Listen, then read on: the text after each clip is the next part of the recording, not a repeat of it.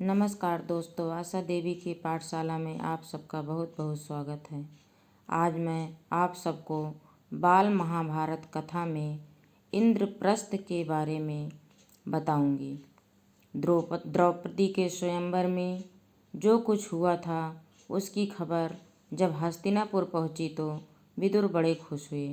धृतराष्ट्र के पास दौड़े गए और बोले, पांडव अभी जीवित हैं। राजा द्रुपद की कन्या को स्वयंवर में अर्जुन ने प्राप्त किया है। पांचों भाइयों ने विधि पूर्वक द्रौपदी के साथ ब्याह कर लिया है और कुंती के साथ में सब द्रुपद के यहाँ कुशल से हैं। यह सुनकर धृतराष्ट्र हर्ष प्रकट करते हुए बोले, भाई विदुर, तुम्हारी बातों से मुझे असीम आनंद हो रहा है। राजा द्रुपद की बेटी हमारी बहू बन गई है, यह बड़ा ही अच्छा हुआ।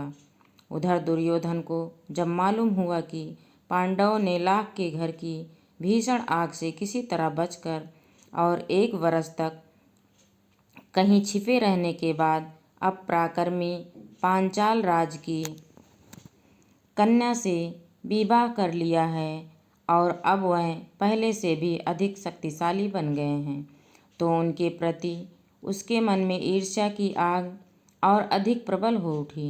दबा हुआ बैर फिर से जाग उठा। दुर्योधन और दुशासन ने शकुन को अपना दुखड़ा सुनाया। मामा, अब क्या करें? अब तो द्रुपद कुमार धृष्टद्युम्न और शिखंडी भी उनके साथी बन गए हैं। उसके बाद कर्ण और दुर्योधन धृतराष्ट्र के पास गए और एकांत में उनसे दुर्योधन ने कहा, पिताजी, जल्दी ही हम ऐसा कोई उपाय करें जिससे हम सदा के लिए निश्चिंत हो सकें। धृतराष्ट्र ने कहा, बेटा, तुम बिल्कुल ठीक कहते हो, तुम ही बताओ अब क्या करना चाहिए। दुर्योधन ने कहा, तो फिर हमें कोई कैसा उपाय करना चाहिए जिससे पांडव यहाँ आए ही नहीं, क्योंकि यदि वह इधर आए तो जरूर राज्य पर भी अपना अधिकार जमाना चाहेंगे। इस पर कर्ण को हंसी आ गई। उसने कहा, दुर्योधन, अब 1 साल बाहर रहने और दुनिया देख लेने से उन्हें काफ़ी अनुभव प्राप्त हो चुका है। एक शक्ति संपन्न राजा के यहाँ उन्होंने शरण ली है, तिस पर उनके प्रति तुम्हारा बैर भाव उनसे छिपा नहीं है, इसलिए छल प्रपंच से अब काम नहीं बनेगा। आपस में फूट डालकर भी उनको हराना संभव नहीं।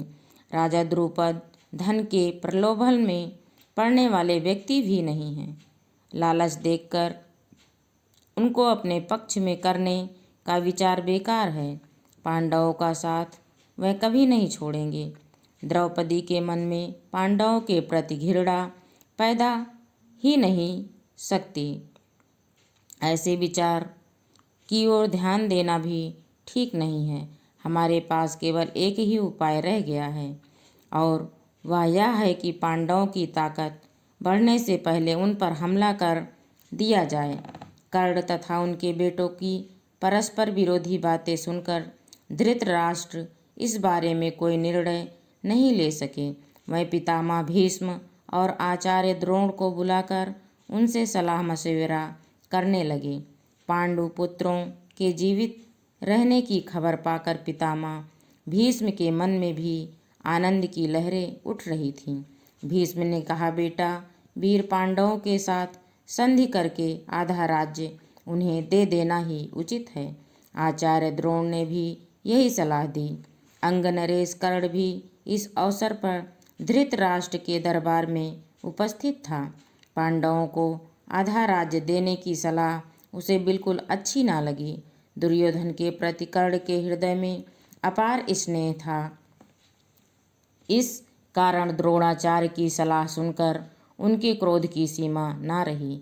वह धृतराष्ट्र से बोला, राजन, मुझे यह देखकर बड़ा आश्चर्य हो रहा है कि आचार्य द्रोण भी आपको ऐसी कुमंत्रणा देते हैं। राजन, शासकों का कर्तव्य है कि मंत्रणा देने वालों की नीयत को पहले परख लें, फिर उनकी मंत्रणा पर ध्यान दें। कर्ण की इन बातों से द्रोणाचार्य क्रोधित होकर गरज कर बोले, दुष्ट कर्ण, तुम राजा को गलत रास्ता बता रहे हो। यह निश्चित है कि यदि राजा धृतराष्ट्र ने मेरी तथा पितामह भीष्म की सलाह न मानी और तुम जैसों की सलाह पर चले तो फिर कौरवों का नाश होने वाला है। इसके बाद धृतराष्ट्र ही ने धर्मात्मा विदुर से सलाह ली। विदुर ने कहा, हमारे कुल के नायक भीष्म तथा आचार्य द्रोण ने जो बताया है वही श्रेष्ठकर है। कर्ण की सलाह किसी काम की नहीं है। अंत में जब सोच विचार कर धृतराष्ट्र ने पांडु के पुत्रों को आधा राज्य देकर संधि कर लेने का निश्चय किया और पांडवों को द्रौपदी तथा कुंती सहित साधरलीवा लाने के लिए विदुर को पांचाल देश भेजा। विदुर पांचाल देश को रवाना हो गए। पांचाल देश में पहुंचकर विदुर ने राजा द्रुपद को अमूल्य उपहार भेंट करके उनका सम्मान किया और राजा धृतराष्ट्र की तरफ से अनुरोध किया कि पांडवों को द्रौपदी सहित हस्तिनापुर जाने की अनुमति दें। विदुर का अनुरोध सुनकर राजा द्रुपद के मन में शंका हुई। उनको धृतराष्ट्र पर विश्वास न हुआ। सिर्फ इतना कह दिया कि पांडवों की जैसी इच्छा हो वही करना ठीक होगा। तब विदुर ने माता कुंती के पास जाकर अपने आने का कारण उन्हें बताया। कुंती के मन में भी शंका हुई कि कहीं पुत्रों पर फिर से कोई आफत ना आ जाए। विदुर ने उन्हें समझाया और धीरज देते हुए कहा, देवी आप निश्चिंत रहें, आपके बेटों का कोई कुछ नहीं बिगाड़ सकेगा। वह संसार में खूब यश कमाएंगे और विशाल राज्य के स्वामी बनेंगे। आप सब बेखटके हस्तिनापुर चलिए। आखिर द्रुपद राजा ने भी अनुमति दे दी और विदुर के साथ कुंती और द्रौपदी समेत पांडव हस्तिनापुर को रवाना हो गए। उधर हस्तिनापुर में पांडवों के स्वागत की बड़ी धूमधाम से तैयारियां होने लगी, जैसा कि पहले ही निश्चय हो चुका था। युधिष्ठिर तथा यथाविधि राज्याभिषेक हुआ और आधा राज्य पांडवों के अधीन किया गया। राज्याभिषेक के उपरांत युधिष्ठिर को आशीर्वाद देते हुए धृतराष्ट्र ने कहा, बेटा युधिष्ठिर, मेरे अपने बेटे बड़े दुरात्मा हैं। एक साथ रहने से संभव है कि तुम लोगों के बीच बैर बढ़े। इस कारण मेरी सलाह है कि तुम खांडव प्रस्थ को अपनी राजधानी बना लेना और वहीं से राज करना। खांडव प्रस्थ वह नगरी है जो पूर्व नहुस एवं ययाति जैसे हमारे प्रतापी पूर्वजों की राजधानी रही है। हमारे वंश की पुरानी राजधानी खांडव प्रस्थ को फिर से बसाने का यश और श्रेय तुम्ही को प्राप्त हो। धृतराष्ट्र के मीठे वचन मानकर पांडवों ने खांडव प्रस्थ के भग्नावशेषों पर, जो कि उस समय एक निर्जन वन बन चुका था, निपुण शिल्पकारों से एक नए नगर का निर्माण कराया। सुंदर भवनों, अभेद्य दुर्गों आदि से सुशोभित उस नगर का नाम इंद्रप्रस्थ रखा गया। इंद्रप्रस्थ की शान एवं सुंदरता ऐसी हो गई कि सारा संसार उसकी प्रशंसा करते न थकता था।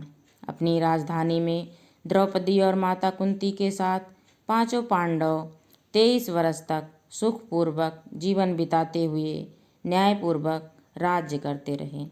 बहुत बहुत धन्यवाद।